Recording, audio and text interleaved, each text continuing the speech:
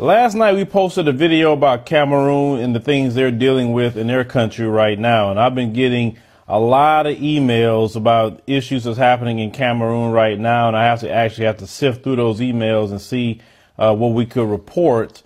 But some development that I did not know about, I'm still learning a lot of these things that's happening in a lot of African nations, getting caught up on certain information. But it's something I want to present to everyone, especially those of you who are in the U.S. from Cameroon. You probably know this already, but a lot of people may not. So Paul Biya, as you know, he has been the leader of Cameroon for a very, very long time. Paul Biya in France, they are together and keeping the oppression on the Cameroonian people.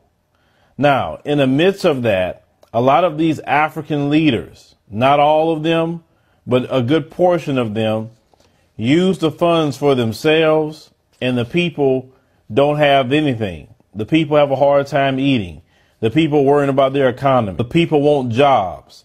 The leaders aren't taking the resources and spreading out the wealth where everyone in the country can have a good lifestyle. No, they're letting other countries come in, take the resources. They get a few Negro trinkets, as I've stated before, and their families, and they're okay. They're not any kind of nationalists. They don't love their people. They only use them, and it is invested in the oppression of their people. As I stated yesterday, and I'm going to keep stating this, there are black folks. They are invested in the oppression of black people. We can't just point at the white supremacists. You can't just point at the Chinese or anybody else that's coming into African continent or even here in America.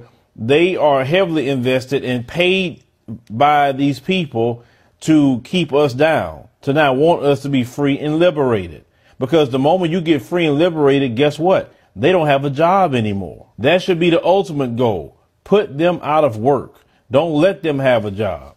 Now, when it comes to the Cameroonian people, many of you outnumber those who are oppressing you. You could stand up and take your country back, in which you should. More and more of you should understand that, hey, either give me liberty or give me death. That's exactly what they stated here in this country. So that is something that everyone should have. No one should be a slave. No one should be oppressed nowhere throughout the world. Now, Paul Biya, in the midst of him doing what he's doing, he has his daughter named Brenda Biya here in the United States. I mean, living it up, too. Living it up very, very well. Now, am I blaming Brenda Biya for what her father's doing? No, I'm not blaming her at all. She is a child. She's a kid, okay? College kid at that. Not blaming her.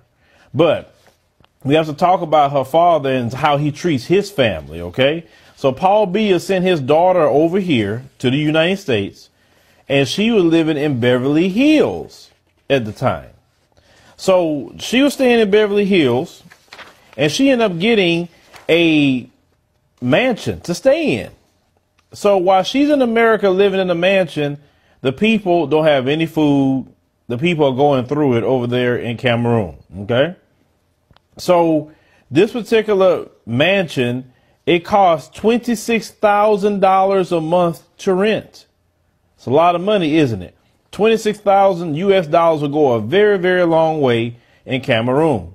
It can feed a lot of people. It could help give the salary to people to work jobs.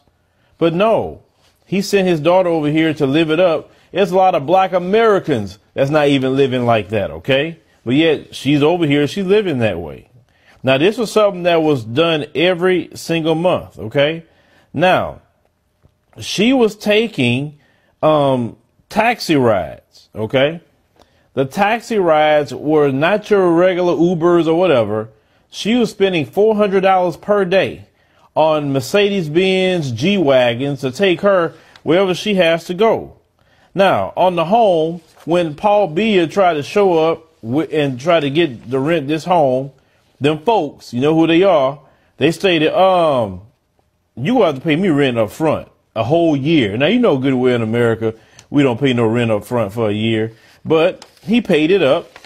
He ended up paying $312,000 US dollars for rent for the year, and then the $26,000 a month for his daughter. Now, this particular mansion that she's staying in is 7,119 square feet. She is the only one that lived there with her 3 dogs, and occasionally she invites her friends. Now, they stated that at times, Brenda and her mother didn't want to buy it. They just wanted to kind of rent it at the time. But she's living it up here in America, which the Cameroonian people, I know many of you probably know about this, but some of you who don't, are probably highly pissed at how your country is being. Many of you probably want to go home to Cameroon or even visit, and many of you can't. As we reported yesterday, soldiers are just killing innocent people. The police are killing innocent people at the behest of Paul Biya. And this man is not even around to do anything about it or say anything. His ministers are running the country while he go carry himself off to Switzerland somewhere in some lavish hotel that he rents.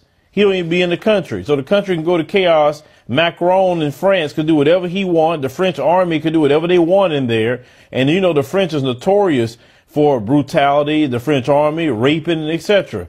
We all know this based on their history in the different countries. Now, the people of Cameroon and their funds, okay, they should not see this happening in their country when you got this girl over here living way better than any black American on average would live. How could you sit up there and steal from your people? I don't understand that. I wouldn't even feel right that I am the leader of a nation and I'm living high on the hog. I'm doing very, very well for myself. My wife looking like $1 million, my daughters, everything looking like $1 million. And then I look throughout my country and my people are suffering. I wouldn't even feel right to do that. But see, the difference is between me and Paul Biya is I have a heart and I feel that God would judge me if I do something like that. And I don't want to be in the hands of an angry God. So let me not do something like that to people, because I know life is a full circle.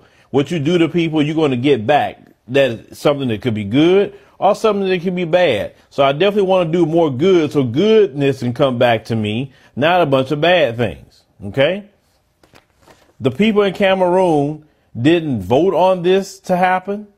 They didn't approve none of that, because all this money this guy is spending will go a long way in that nation. Now, Paul Biya must go. He must go.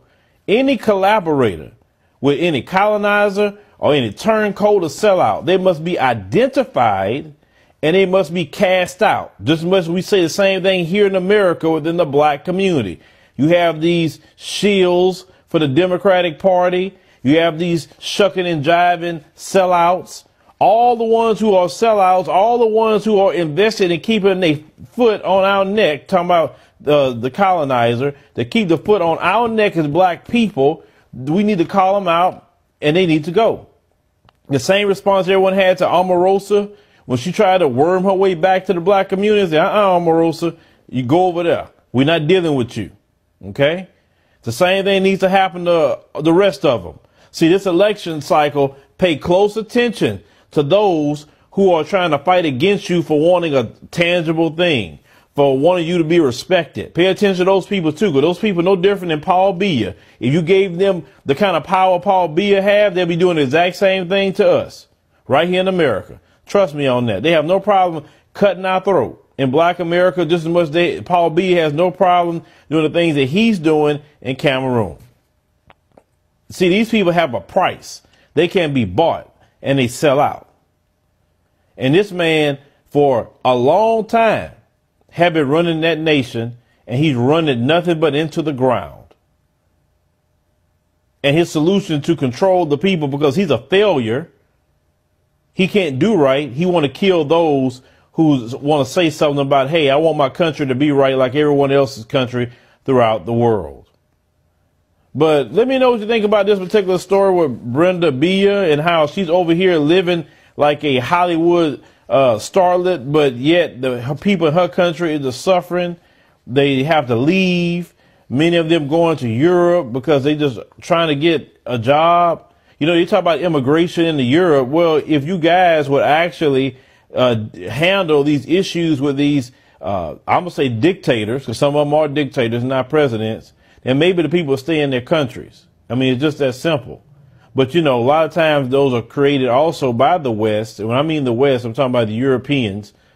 They're created by them so they can steal the resources. So it's like a catch-22. They don't want African nations to be good. They don't want them to be in peace and harmony. They don't want that because chaos still makes them rich. So we as a people will have to change things for ourselves. We first must deal with the internal enemies. Then you could deal with the outside enemies. And then until we get to that point where we're willing to free ourselves from all those internal enemies, we will not progress, not even a step.